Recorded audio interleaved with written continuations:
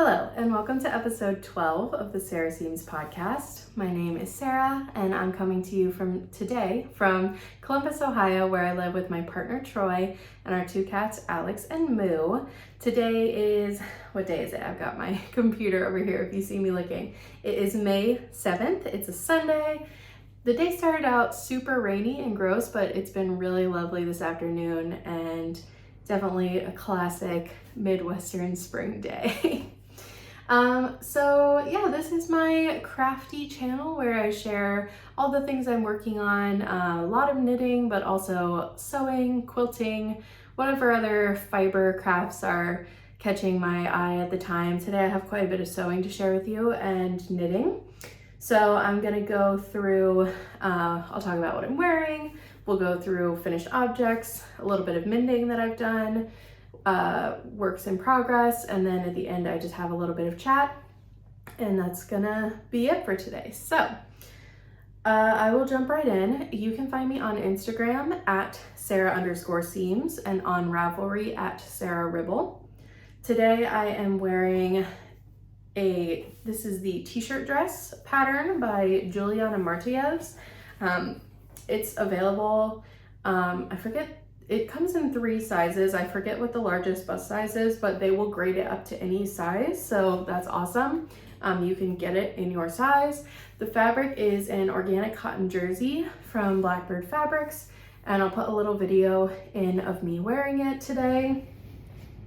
And that kind of leads me into Me Made May, which I wanted to touch on. So today we just finished up the first week of Me Made May, which, if you're not familiar, is a mostly Instagram community event for sewists and makers and knitters. I'm posting some of my hand knitted items this year as part of Me Made May, where you kind of decide what you want, how you want to participate. But the idea is just to wear your Me Mades more, or wear them in different ways, like see where you have holes in your wardrobe, or really find the things that you love in your wardrobe. So I am posting an outfit reel on Instagram every day with at least one Me Made item, and that's been really, really fun so far. If you are interested, you can go to my Instagram and see the first week of videos. I feel like the first week's always the easiest because I have my go-to outfits that I've made, and it kind of progressively gets harder as the month goes on. I'm sure I'll have to get more creative with my outfits as it goes. So if you're interested in following along with that, you can find those posts on Instagram. Okay, jumping into finished objects. Like I said, I've been sewing quite a bit. So my first 2 are 2 different versions of the same pattern, and that is the Orchard Dress by Helen's Closet. It's a free pattern. It's super quick and easy to sew. I'll put a little video in here of the first version I made, which is made from Blackbird Fabrics Everyday Linen in the color Punch, which is this really fun bright pink. This is the little video from my Me Made May outfit earlier this week, and it's super simple pattern. So the front and back pieces are the same. It's just a little scoop neck A-line dress. So you cut 2 of the front and back piece, and then you just cut bias binding for the arms and the neckline, and that's it. Super quick to sew. It took me maybe an hour and a half to sew this, and I just made a straight size 18. It is available. That's not even right. I'm sorry. That's for a different pattern. I cannot remember which size I made, but I will try to mention that next time, or I'll add it in the notes below. But this is a pretty size inclusive pattern, and it's a free pattern. Like I said, I think if you subscribe to Helen's newsletter, you get this one for free, and it is available in some different lengths too. So there's 2 different top length options and a shorter dress length option. So yeah, that is a really fun pattern. The second one I made, I have right here. Show you. So this fabric is also from Blackbird Fabrics. It's some of their viscose, but I actually got this from another local sewist who was doing a D-stash, and I picked this up from them. It's really pretty. It's on a navy ground, and I love the pops of bright blue. And for this version, I thought I would mix it up a little, and I thought I wanted the neckline to be a little bit more straight instead of coming up so high and dipping down. So I lowered the neckline on the front and back piece, but I kept like the underarm bindings and everything the same. And when I tried it on, the neckline was way too open. Like it was like falling out. Like I shortened it a bit too much. So I had to add a little dart here in the front to just kind of bring it in, and I had to shorten the straps. So the strap joins are quite messy, and I had to add that little dart, but honestly, I think when I'm wearing it, you won't notice. It's still a really cute print. I think something like that would have been much more noticeable on the solid version, so I'm glad I just followed the pattern for that one, and on this one, I feel like you can't even really tell. And I'm really excited because I have some yarn in this like bright blue color too.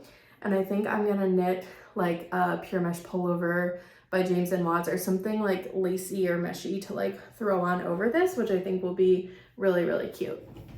So those are my orchard dresses. The second thing, which I just finished earlier today, and this is a new to me pattern company and designer, is the Pierce Vest by Ensemble Pattern Company. It's available up to a 48-inch bust. I made the size 18, and here's what it looks like. So, sorry, it's kind of hard to show. I really need to wash it.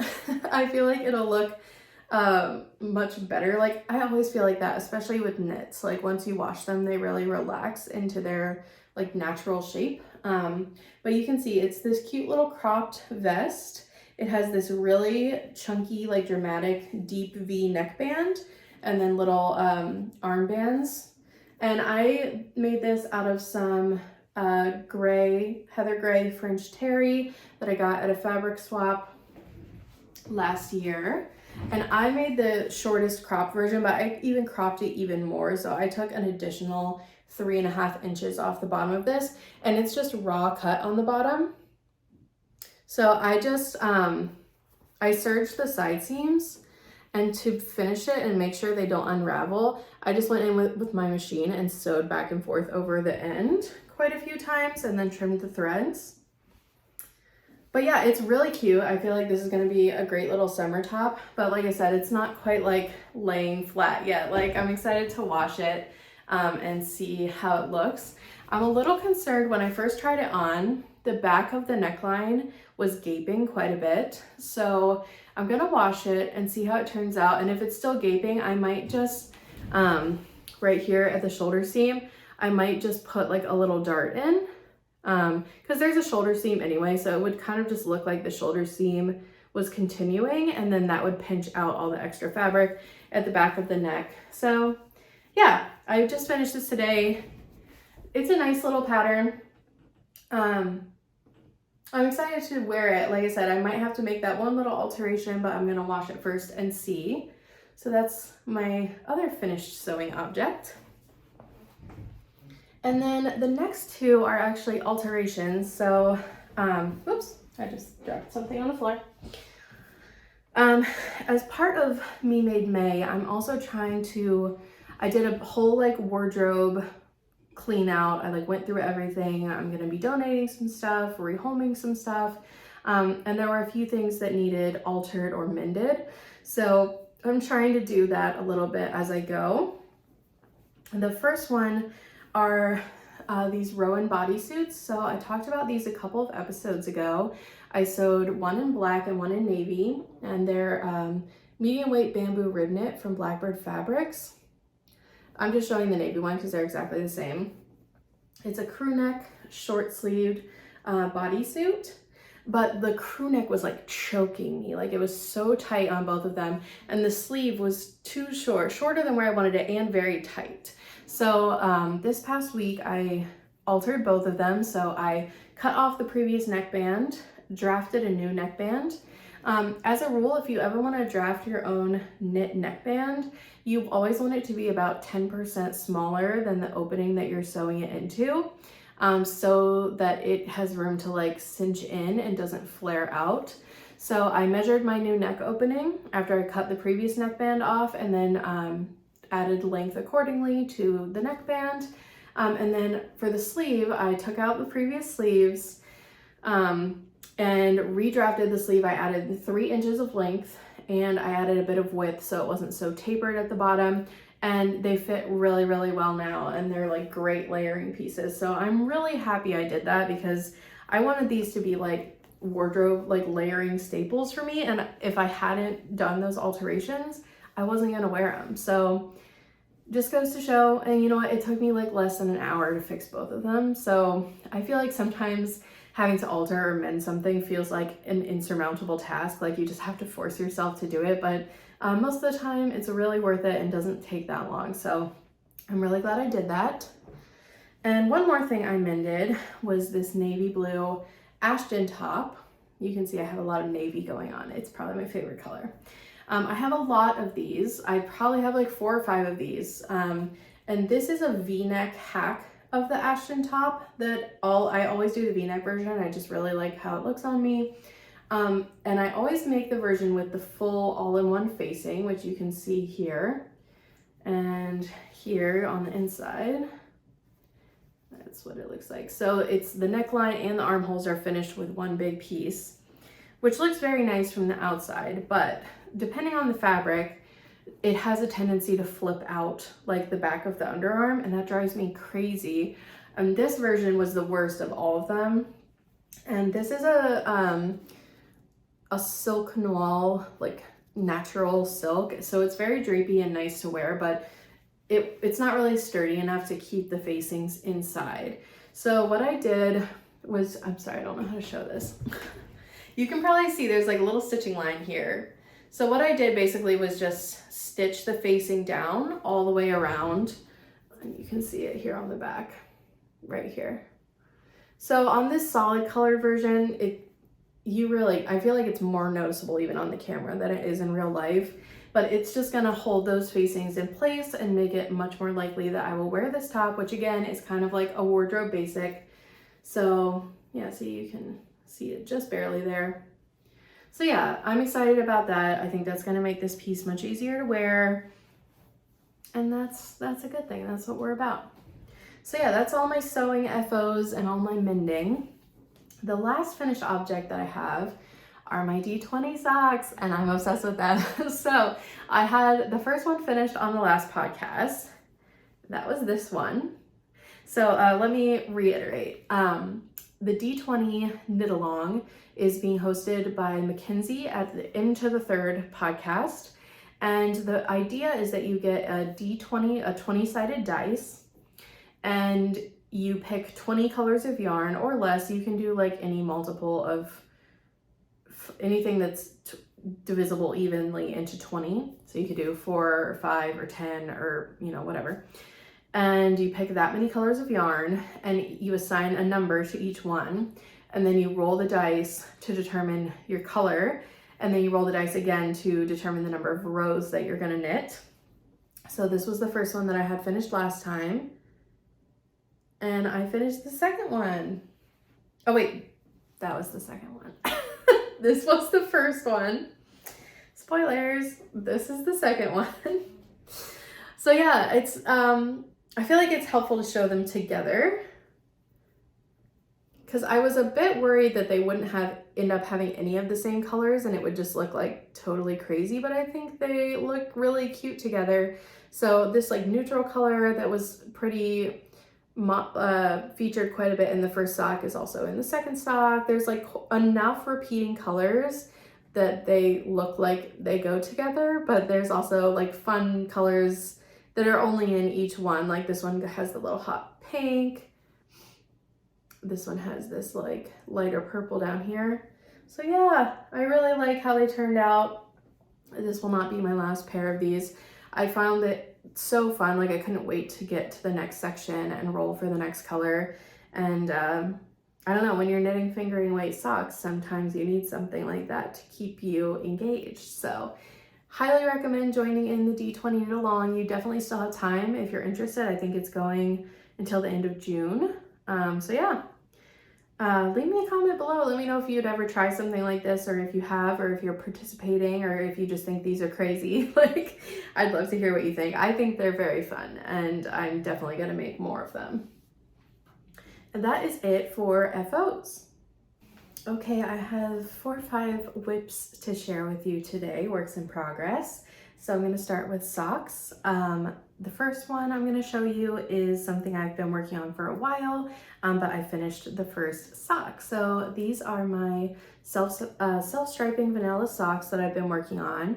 The yarn is from Nomadic Yarns, and this is their twisty sock base, which I think is an 80-20 merino nylon blend.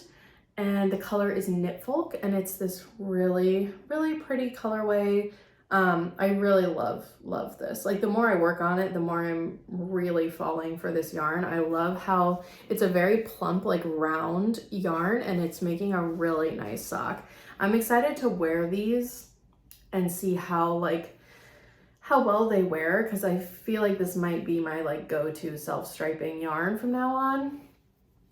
Yeah, so I talked about this a little bit on the last episode as well, but I knit a 2x2 rib cuff. I think the total leg is 6 inches, and then I did a heel flap and gusset. And as you can see, when you do a heel flap and gusset with self-striping yarn, you do get a variety in the width of your stripes. So they're chunkier on the heel, and then they get a little bit skinnier in the gusset, and then it returns to this width is very, the same as this width here in the foot. And then in the toe, again, they get a little bit longer. And I know some people really don't like that. There's some different heel structures you can do to maintain your stripe width, but I really don't mind it. I think it adds a little bit of character. So yeah, these are turning out really fun. Excited to start on the second one. Just gonna keep, this is kind of like my just pick it up and go like sock project right now. So I'm not in any hurry to finish them. It's just kind of a background project, but I am enjoying working on them a lot.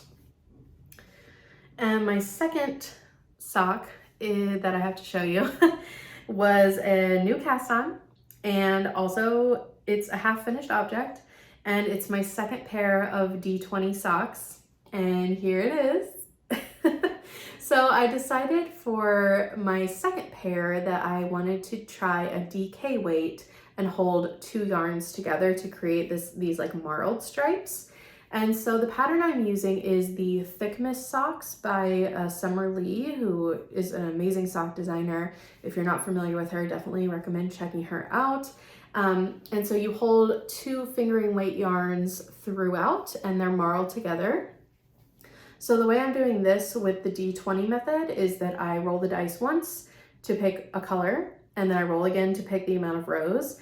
And then I do the same thing for the second color. So like, for example, like, let me see, like here's a good example. So I rolled here for 2 new colors, and for the pink, I got 20 rows. And for this like purple that I'm holding it with, I only got like 7 or 8. So you can see I knit with those together for like the 7 or 8 rows, and then I rolled again to replace the purple and kept knitting with the pink until I got to the 20. And then you can see like the yellow continued, but the pink ended. So yeah, that created like a really fun effect. These are super chunky. I've never knit DK socks before, but they're really comfortable. Honestly, it's almost like a slipper. Like, I feel like I can't really wear these with shoes, but they're gonna be excellent house socks. So for this pair, let me show you, like, compared to the fingering weight version, you don't get as many colors, like you don't get as many stripes because there aren't as many stitches. So I did decide for this pair that I would roll for the colors that I would hold together for the heel and toe, and keep that consistent on both socks in an effort to tie them together a little bit more, just in case the second one ends up being like totally different. So both socks will have the heel and toe in this these same yarns, which is a really pretty combo of this like blue and pink yarn. But yeah, look how fun it is. I just love I'm just having so much fun with these D20 projects. I love this section right here with the pink and the yellow. I just think they're really fun. So yeah, this pair is definitely gonna be for me. These are gonna be some nice house socks. And honestly, I would not be surprised if I have the second one finished by next time. DK weight socks turns out much faster to knit than fingering weight socks. So yeah, these are really fun. And I'm just really loving this like D20 method. It just takes all of the decision making out of the process, which honestly sometimes I love in a project. It's like I just want the dice to tell me which colors to use and I don't have to pick. So yeah, excited about these. Gonna continue on to the next one, which I'm sure will be just as fun. All right, next whip. I'm surprised I'm not done with this. I was really hoping I would have it finished by today, but I did not. So I hope if I don't have this finished by next time, I don't know what I've been up to. This is my Rhoda jumper and I'm very close to being done with it. So here's what I have. I finished the body. I did the neckband and I have started on the first sleeve. And it's only a 3/4 length sleeve. So I think I have to knit like 2 or 3 repeats of the stitch pattern and then bind off. So I really just have to finish the sleeves and then this guy is gonna be done. And I've tried it on and it's so cute. It's like such a cute little summer crop top. It's just gonna have these little sleeves. Ugh, I can't wait to throw this on. So you knit the body, and then there's a decrease round. So it's very, very oversized and then it's kind of cinched in at the waist. So it's just very like blousey and easy to throw on. I'm very excited about it. I mean, just like look at that texture. Like it's a really easy, oh my God, did I say what it is? It's the Rhoda Jumper by Irene Lynn, if I didn't say what it is. And I am knitting it in Juniper Moon Cumulus cotton. There's the band. It is 94% cotton, 6% nylon. And yeah, I feel like this stitch pattern is very easy to memorize. And honestly, it's just like rows of the stitch pattern, which again, super easy to memorize, and then a few rows of ribbing. And it just creates such visual interest. Like it's so impactful. And this, I'm so glad that I switched to this yarn versus the original yarn that I purchased, because this yarn is perfect for this. I am concerned that this is gonna pill a lot because the yarn is so soft. Like you can see how fuzzy it is.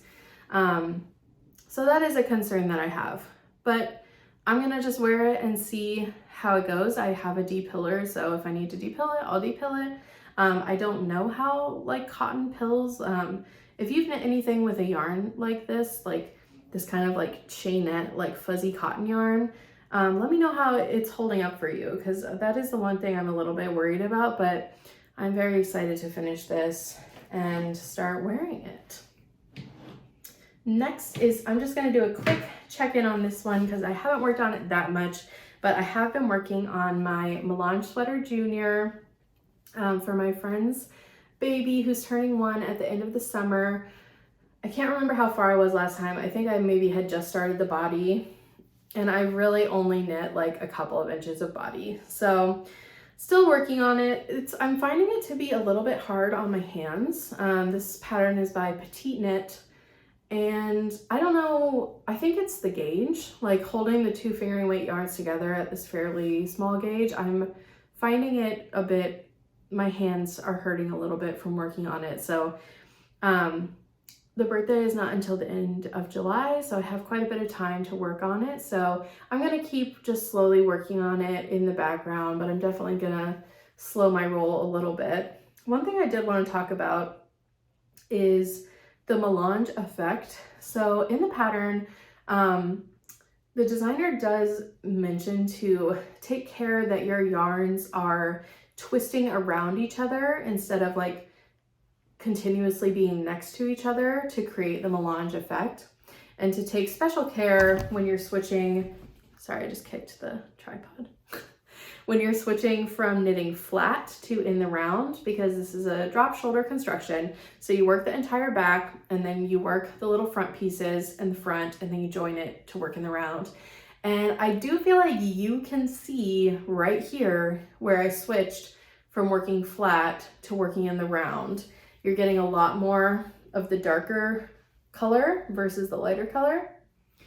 And I am interested to see how much that's gonna bother me when the sweater is done. Like, let me show you the back. Maybe you can see better. Yeah. Like you can see there's just a lot more of the darker color here. So you know, this is a sweater for a baby, so I'm trying not to be too like OCD about it, but I'm gonna keep working on it and we'll see how it turns out. I'm trying to be mindful of that as I go to keep the yarns twisted, but I do really love the color combo. The cream is Knit Picks Stroll in the Bear base, and the blue, this like blue gray, I got in a D-stash. They're both just 100% superwash fingering weight yarns, and definitely wanted to use superwash so that baby's parents can put this in the washing machine. You know, I feel like that's important with baby knits, to make sure they're actually usable and realistic for the parents. So yeah, that one's coming along. And then the last WIP I have is an exciting one. It's a test knit that I picked up. I have not knit any of Florence Sperling's patterns yet, but I really admire them and would love to someday knit the Scout shawl. I'll put a picture of that in here. She does these really interesting designs. Like, she uses a lot of just interesting details that I've not really seen anywhere else before. But the Scout shawl is this beautiful, like, it combines intarsia and Fair Isle, which is very interesting to me. I feel like I have done a little bit of color work, like stranded color work, but I somehow have ended up doing quite a bit of intarsia, and I really, really like intarsia. So I saw that Florence put out a test call for her new mini shawl, the Floro mini shawl, and I am testing it. It's an all over intarsia. I'll put a picture of what it looks like in. It's so pretty. It's this little mini like triangular shawl that has all over like abstract floral pattern in 4 different colors. And so I am using yarns from my stash. Let me show you what I have. Oh, it's so pretty. I don't have that much. It doesn't look like much. I have finished the first 2 charts, I think.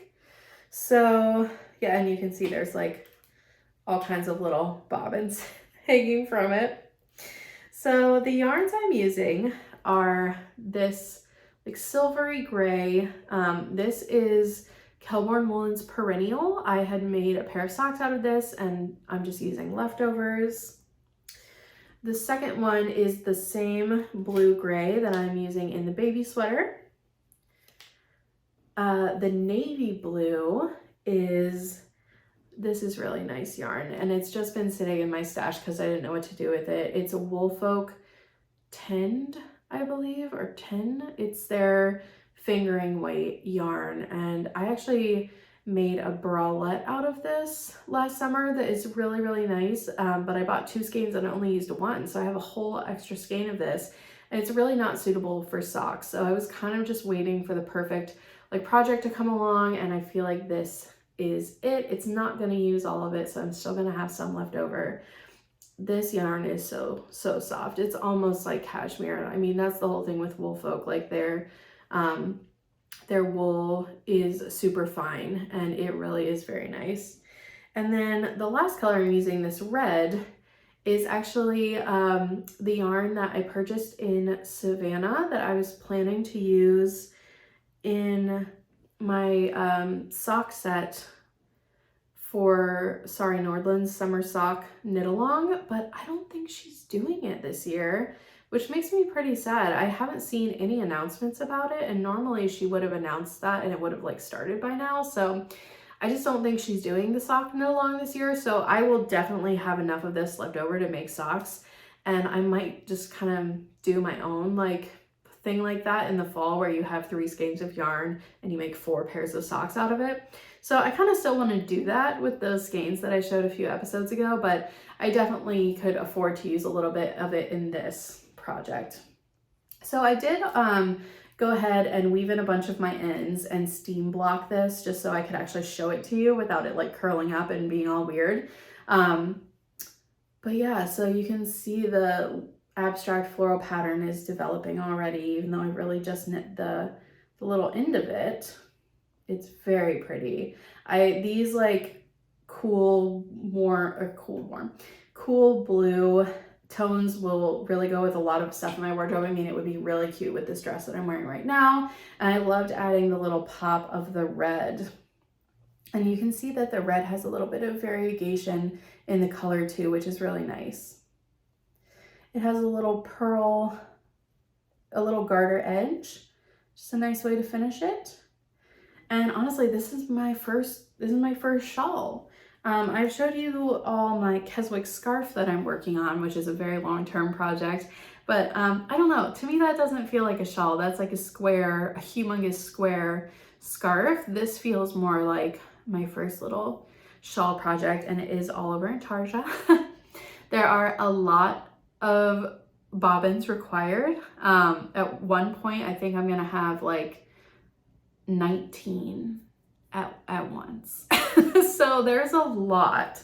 But I mean, there's really no other way that I know of to achieve like this kind of color work, where you can have like all of these little details and it looks this like clean, and it's still thin and drapey because you're not carrying the floats on the back and making this really thick fabric. I'll show you the back. It looks pretty ugly. I like really was lazy about weaving in my ends, but you can see like the color just stops where the block of color ends. There's no floats or anything. So yeah, I think this is gonna be beautiful, and it's very fun and entertaining to knit. It definitely requires all of my attention when I'm working on it, which has been kind of nice to have, you know, a range of projects from like mindless self-striping socks all the way up to like full intarsia. But yeah, so that's a new cast on and I'm really excited about it. The deadline is June 2nd, so I'll have it done before then, and I will keep you all updated. And that is it for whips. I do have a couple of acquisitions I'm just quickly going to touch on. Last time I talked about For the Birds Rehab, which I'm really sorry, I can't remember the name of the person that started it, but it's a new secondhand yarn shop, and all the proceeds are going towards the shop owner's wild bird rehabilitation that she does, which is so great. You can get discount amazing yarn and support this wonderful cause. So I had already shopped her first update, and I wasn't planning on shopping the second update, but of course I looked at it and there was some pretty awesome stuff on there. So, whoop, oh my God. And now it's on the floor. Okay, here we go. Sorry. So I'm always seeing people in the knitting community on Instagram posting about Explorer knits, and their yarn looks so beautiful, and I've not yet been able to try it. And in this most recent For the Birds update, they had a lot of it. So I got a few. So the first one I got is this really pretty skein of the base is Rocky's DK.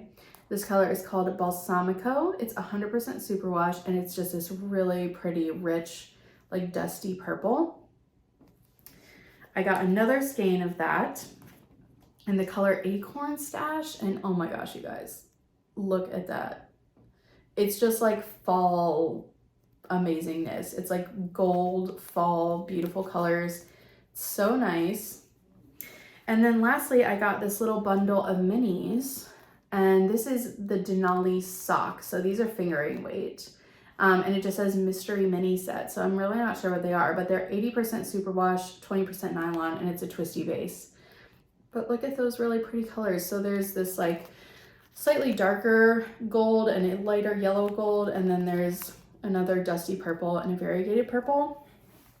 And they're like, I feel like somebody must have had all of these and donated them, because they really, I feel like they have to be from the same collection. Like, they just really look like they go together so well. So yeah, these are really nice. Very excited to try them out. I've actually been thinking that I might use these, or some combination of these, to make another pressed flowers cowl, or like one of these and another DK in my stash, because I'd like to make a couple of the shorter versions of that as Christmas gifts for people. So yeah, these are really fun. love to buy secondhand when I can, so I was very excited about those. And that is pretty much it. As far as how things have been going, things are good. It's been a busy time, work's been busy, but you know, we've been hanging out with friends a lot now that the weather's getting nicer, and that's been really nice. Everything's really nice. Sorry, I do catch myself like saying the same thing over and over again on here. Today I was excited. Last time I talked about the saga of killing my seedlings, which was sad. So next weekend is when I'm gonna plant the outside garden stuff. But I had actually pre-ordered a set of seedlings from a local like urban farmer, and her company is called Foraged and Sown, and it's so great. I love to support her whenever I can. She does a lot of the like local farmers markets, and she makes amazing herbal teas. Like all of her teas are great, but her herbal teas especially are amazing. But she does pre-orders for seedlings. So I ordered a set of herbs from her that was like the kitchen aficionado pack or whatever. So I went to pick those up this morning, and they are beautiful. I'll put a little video in at the end of the podcast, or I'll just put it in here real quick. Okay, I just wanted to show you all my little herb garden here that I planted this morning. So this is in the breezeway of our house. It connects the main house to the garage, and we have this window back here that goes out into our backyard, so they'll get plenty of light here. So in individual pots, I have basil, rosemary, dill, and mint. Gotta keep the mint in its own pot because it's gonna grow like crazy. And then the dill and the basil will not grow back next year, so that's why I put them in their own pots. The rosemary I just know can also get pretty bushy, so I put that one in its own pot. And then up here I have cilantro, chives, and parsley. And in this one over here I have thyme, oregano, and sage. So yeah, I'm really, really happy with how these look. They're absolutely beautiful seedlings. I didn't really expect them to be this like grown already. I don't know what I expected, but yeah, I'm really looking forward to cooking with these fresh herbs in my kitchen this summer. Yeah, so as you can see, the herbs are beautiful, and I picked them up this morning, and I spent a few hours this morning like setting up the pots, getting them all situated, and I'm really excited to have those to cook with this summer, and hopefully some of them I can bring inside in the winter and they can survive until next year, maybe. I'm not hopeful after this saga with killing the seedlings, but you know, I'm gonna try. So yeah, that was fun. Like I said, next weekend I'll be going to get seedlings and planting for outside, so that's really exciting. But that's pretty much it. Just getting into spring, enjoying it. I kind of got my sojo back. Like, still doing a lot of knitting, but I've definitely been feeling the urge to like do the spring sewing. I have a lot of projects cut out and ready to go. Yeah, please let me know what you're working on. I would love to hear what you're working on. Leave me a comment below. And if you made it this far and you liked the video, please subscribe to the channel. It really helps me out to continue building our little community here. And that's it for me this week. So thank you so much, and I'll see you next time.